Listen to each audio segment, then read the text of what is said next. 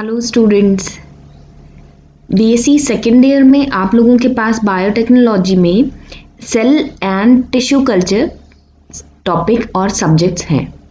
Biotechnology के दो subject हैं जिसमें सेल एंड टिश्यू कल्चर जो सब्जेक्ट हैं वो मैं कवर करूंगी। और सेल एंड टिश्यू कल्चर को पढ़ने से पहले हम certain aspect of cells and tissues को समझते हैं। सेल्स आप सेल बायोलॉजी में लास्ट ईयर पढ़ चुके हैं, क्या कितने टाइप्स के सेल्स होते हैं और कैसे कैसे एनिमल सेल्स होते हैं। उसके अलावा हम यहाँ पे एनिमल टिश्यूज को कवर करेंगे। ओके, तो टिश्यूज एनिमल्स में कितने टाइप्स के होते हैं और क्या उनके स्ट्रक्चर्स और फंक्शंस होते हैं, इसको हम इस लेक्चर में कवर करेंगे। This one is only a introductory idea about the animal tissues. This is not related to your syllabus but still it's very essential for your better understanding towards the topic. Okay, तो सबसे पहले जानते हैं tissue क्या है। Tissue जो term French term है और इसका मीनिंग है वोवन, बुना हुआ।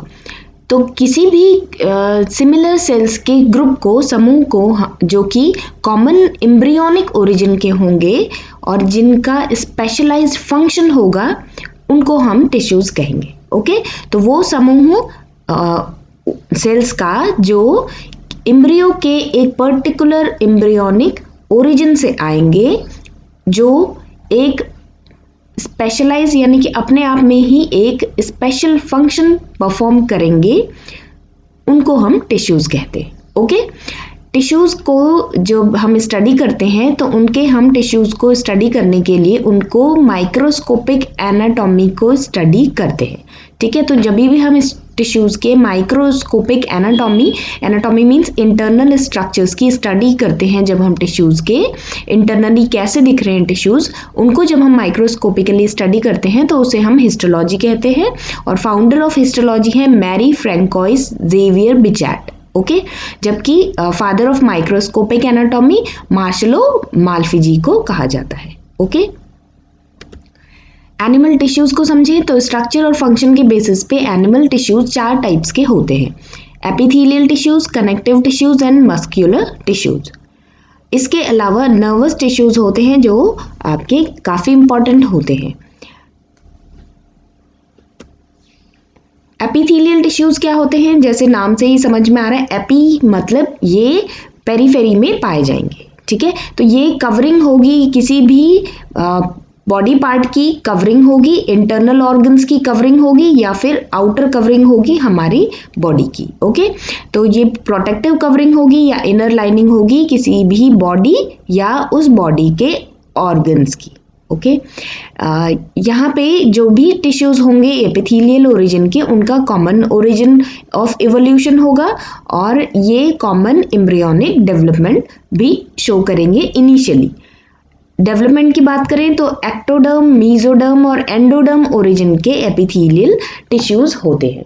तो अगर हम एपिथेलियल टिश्यूज को देखें तो एक्टोडर्म ओरिजिन के जो एपिथेलियल टिश्यूज होते हैं वो स्किन की एपिडर्मिस होती है, जबकि मीजोडर्म ओरिजिन के एपिथेलियल टिश्यूज सीलोमिक एपिथेलियम बनाते हैं। और इसके अलावा एंडोडर्म ओरिजिन के एपिथेलियल टिश्यूज गट को बनाते हैं, जीआई ट्रैक्ट को बनाते हैं। ओके, कैरेक्टरिस्टिक्स को देखें तो एपिथेलियल टिश्यूज की कैरेक्टरिस्टिक्स होती है, ये आपके सिंगल लेयर्ड होते हैं, मल्टी लेयर्ड भी होते हैं। ठीक है, और इसके अलावा इनमें पावर होती है रीजेनरेशन की, ये एक बार डिस्ट्रॉय हो जाए तो दोबारा से रीजेनरेट हो जाते हैं। और इनके बीच में गैप जंक्शंस प्रेजेंट होते हैं, टाइट जंक्शंस होते हैं, जोना एडरेंस होते हैं, डेस्मोसोम्स होते हैं और इंटरडिजिटेशन होते हैं, जिसके कारण ये सारे स्पेसिफिक टर्म्स हैं जो आपने सेल बायोलॉजी में कवर किए होंगे।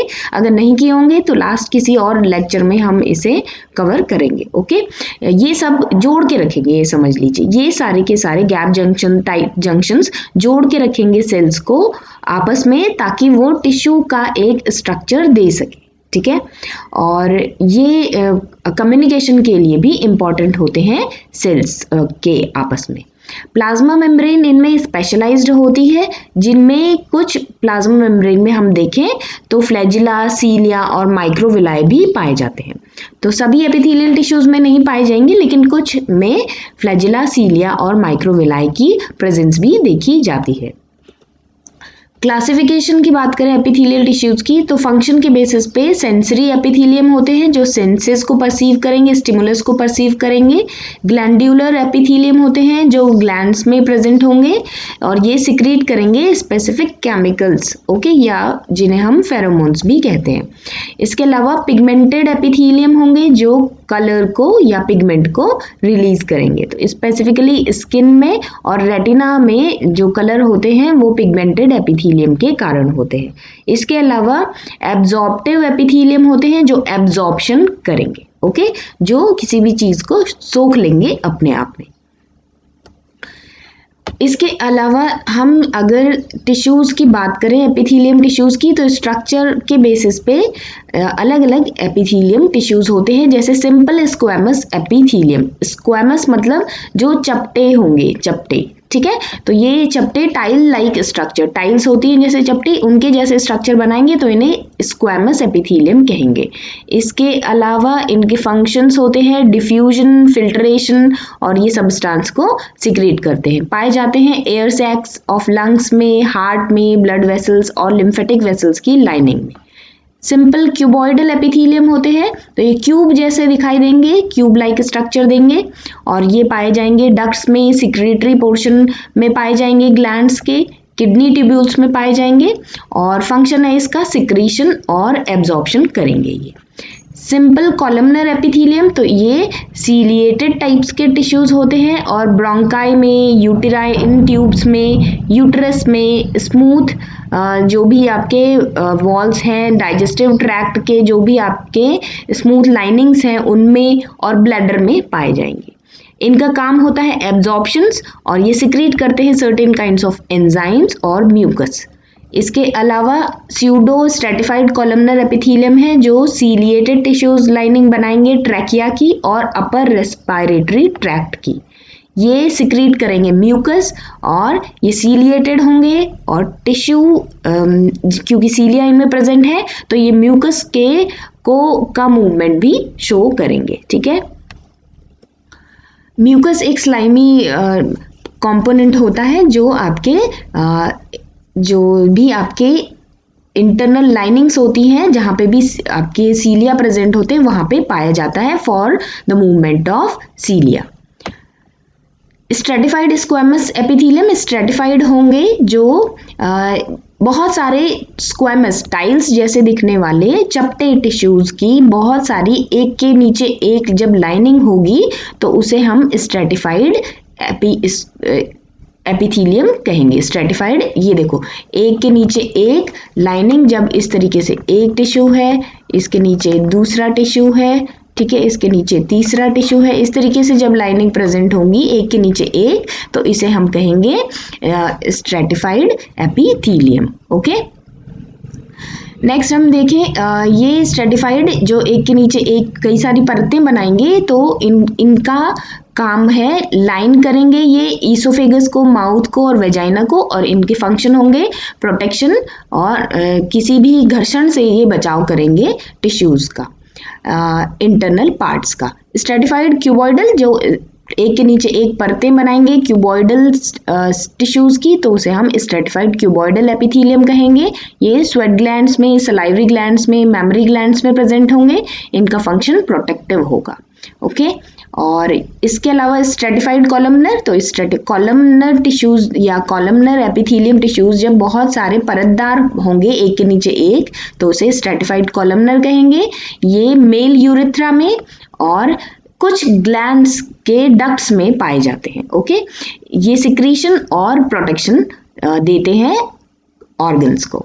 इसके अलावा ट्रांजिशनल एपिथेलियम होते हैं जो स्ट्रेटिफाइड जैसे तो दिखाई देते हैं लेकिन स्ट्रेटिफाइड नहीं होते हैं एग्जैक्टली, इनको स्यूडो स्ट्रेटिफाइड भी हम कहते हैं। ये लाइंस करते हैं, ये बनाते हैं परत ब्लैडर की, यूरेथ्रा की और यूरेटर्स की, ठीक है। लाइनिंग बनाते हैं ब्लैडर, यूरेथ्रा और यूरेटर्स की, और ये यूरिनरी ऑर्गन्स को स्ट्रेच और एक्सपैंड करने में हेल्प करते हैं। ओके,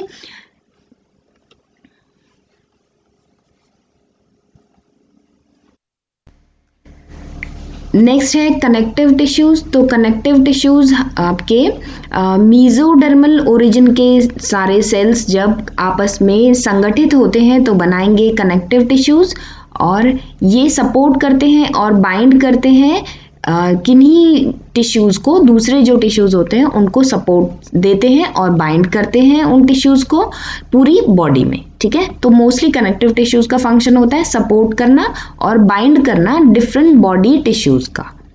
नेक्स्ट, ये 3 कंपोनेंट से बने होते हैं कनेक्टिव टिश्यूज। एक है इंट्रा सेल्यूलर मैट्रिक्स, मैट्रिक्स वाला भाग होगा जो सेल्स के अंदर जो प्रेजेंट होगा, इंटरसेल्यूलर मैट्रिक्स।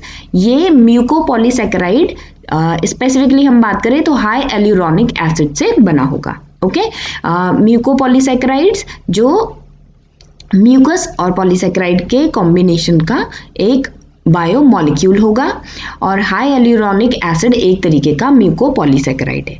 नेक्स्ट है सेल्स से बने होंगे ये कनेक्टिव टिश्यूज, इनमें सेल्स भी होंगे। कनेक्टिव टिश्यूज में बहुत सारे तरीके के सेल्स होंगे, जैसे फाइब्रोब्लास्ट हो गए, एडिपोसाइट्स हो गए, प्लाज्मा सेल्स हो गए, मास्ट सेल्स हो गए, ये सारे सेल्स प्रेजेंट होंगे कनेक्टिव टिश्यूज में। ठीक है, इसके अलावा फाइबर्स की बात करें तो कनेक्टिव टिश्यूज में 3 तरीके के फाइबर्स पाए जाएंगे, collagen fibres, then elastic fibres and reticular fibres. ठीक है, 3 तरीके के फाइबर्स पाए जाएंगे, collagen fibres, elastic fibres and reticular fibres. ठीक है, फाइबर्स जो थ्रेड लाइक इलोंगेशंस होंगे ये कनेक्टिव टिश्यूज में प्रेजेंट होंगे, जो स्ट्रक्चर प्रोवाइड करेंगे किसी भी बॉडी पार्ट को। नेक्स्ट है इनके फंक्शन क्या होंगे कनेक्टिव टिश्यूज के, तो ये अटैच करेंगे ऑर्गन्स और टिश्यूज को एक साथ जोड़े रखेंगे और स्टोर करेंगे फैट को in the form of adipose tissues, और रिपेयर करेंगे टिश्यूज को। इसके अलावा रिपेयरिंग में हेल्प भी करेंगे टिश्यूज को, मैकेनिकल शॉक से बचाएंगे किसी भी बॉडी पार्ट को, और डिफेंस में हेल्प करेंगे mostly connective tissues. Connective tissues की क्लासिफिकेशन हम देखें तो कनेक्टिव टिश्यू प्रॉपर, जो फंक्शन होगा कनेक्टिव टिश्यू प्रॉपर का, ये सपोर्ट करेगा और प्रोटेक्ट करेगा बॉडी को। इसके अलावा वेस्क्यूलर टिश्यूज होंगे जो वेस्क्यूलर यानी कि ब्लड बेसिकली। ठीक है, ये ट्रांसपोर्ट करेंगे मटेरियल को, किसी भी मटेरियल को, जैसे फूड मटेरियल हो गया, इनको बॉडी में। ओके, तो वेस्क्यूलर जो वेसल्स में प्रेजेंट होंगे वो टिश्यूज। और इसके अलावा स्केलेटल टिश्यूज, तो स्केलेटल टिश्यूज सपोर्ट करेंगे बॉडी को, स्केलेटन बनाएंगे और ये एक बॉडी को प्रॉपर शेप और फॉर्म देंगे। तो ये आपके कुछ कनेक्टिव टिश्यूज हैं। नेक्स्ट है मस्कुलर टिश्यूज। तो मस्कुलर टिश्यूज में जो मसल्स बनाएंगे बेसिकली, मीजोडर्मल ओरिजिन के होंगे मस्कुलर टिश्यूज भी, और ये 3 टाइप्स के मस्कुलर टिश्यूज होंगे, कार्डियक, स्मूथ और स्केलेटल। ठीक है, यहाँ पे मस्कुलर टिश्यूज परफॉर्म करेंगे कुछ फंक्शंस, जैसे कि मूवमेंट में हेल्प करेंगे और लोकोमोशन में हेल्प करेंगे, चलने फिरने में हेल्प करेंगे, बॉडी को सपोर्ट करेंगे और बॉडी के बोन्स को आपस में जोड़ के रखेंगे। ठीक है, जिसके कारण प्रॉपर स्ट्रक्चर बॉडी में नजर आएगा। इसके अलावा ये रिस्पॉन्सिबल होंगे स्पेसिफिक फंक्शंस, जैसे पार्ट्यूरेशन और पेरिस्टालसिस के टाइम पे भी हेल्प करेंगे। ठीक है, तो मूवमेंट ऑफ मसल्स के कारण ही पेरिस्टालसिस और पार्ट्यूरेशन नजर आएगा। नेक्स्ट है मस्कुलर टिश्यूज क्लासिफिकेशन के बेसिस पे फंक्शन समझे तो कार्डियक नाम से ही समझ में आ रहा होगा, जो आपके हार्ट से रिलेटेड होंगे, ये हेल्प करेंगे ब्लड के सर्कुलेशन में और हार्ट की पंपिंग में हेल्प करेंगे। इसके अलावा स्मूथ मसल्स होंगे, जो स्मूथ मसल टिश्यूज होंगे, ये पेरिस्टालसिस और इनवॉलंटरी फंक्शन होंगे जो बॉडी के, उसमें पार्टिसिपेट करेंगे, ठीक है। स्मूथ ऑर्गन्स में प्रेजेंट होंगे, इंटरनल जो सीलोम में प्रेजेंट स्मूथ विसरल ऑर्गन्स होते हैं उनमें जो मस्कुलर टिश्यूज पाए जाएंगे उन्हें हम स्मूथ मस्कुलर टिश्यूज कहेंगे। इसके अलावा स्केलेटल टिश्यूज, तो स्केलेटल मस्कुलर टिश्यूज आपके स्केलेटन के साथ अटैच्ड होंगे, हड्डियों के साथ अटैच्ड होंगे और ये प्रोवाइड करेंगे सपोर्ट, मूवमेंट में हेल्प करेंगे और मेंटेन करके रखेंगे बॉडी के बैलेंस को, होम्योस्टैसिस को। तो ये आपके स्केलेटल टिश्यूज हैं जो स्केलेटन को एक जो हड्डियां हैं उनको जोड़ के रखेंगे।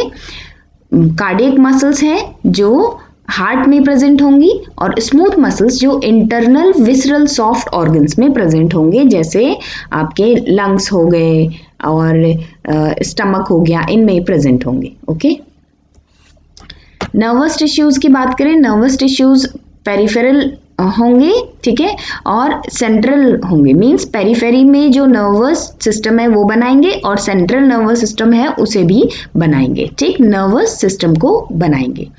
ये एक्टोडर्मल ओरिजिन के होंगे और ये इनिशिएट करेंगे और ट्रांसमिट करेंगे नर्व के इम्पल्स को, ठीक है, नर्व के इम्पल्स को इनिशिएट करना और ट्रांसमिट करना इनका काम होगा। 3 मेन कंपोनेंट होंगे इनके, न्यूरॉन्स, न्यूरोग्लाया और न्यूरोसिक्रीटरी सेल्स। न्यूरॉन्स जिनका स्ट्रक्चर और फंक्शन यूनिट होती है बेसिकली नर्वस सिस्टम की, और इनके स्ट्रक्चर में होता है एक्सॉन, सेल बॉडी और डेंड्राइट्स, ठीक है, और ये मेन यूनिट है नर्वस सिस्टम का। इसके अलावा न्यूरोग्लाया एडिशनल सेल्स होते हैं, कुछ स्पेशलाइज सेल्स होते हैं जो ब्रेन और स्पाइनल कॉर्ड में पाए जाते हैं। ये न्यूरॉन्स को और न्यूरॉन फाइबर्स को हेल्प करते हैं, सपोर्ट करते हैं, ठीक है। और ये न्यूरोसिक्रेटरी सेल्स भी होते हैं जो एंडोक्राइन ऑर्गन्स की तरह फंक्शन करते हैं नर्वस सिस्टम में, और ये रिलीज करते हैं स्पेसिफिक टाइप ऑफ केमिकल्स जो एक्सॉन्स में रिलीज होते हैं और ये डायरेक्टली ब्लड में रिलीज आउट होते हैं, ठीक है। तो ये न्यूरोसिक्रेटरी न्यूरॉन्स के सिक्रेटरी सेल्स होते हैं, ठीक है, न्यूरॉन्स ही होते हैं लेकिन सिक्रीशन शो करते हैं, और सिक्रीशन किसका करते हैं, केमिकल्स का, जिन्हें हम न्यूरोट्रांसमिटर्स कहते हैं।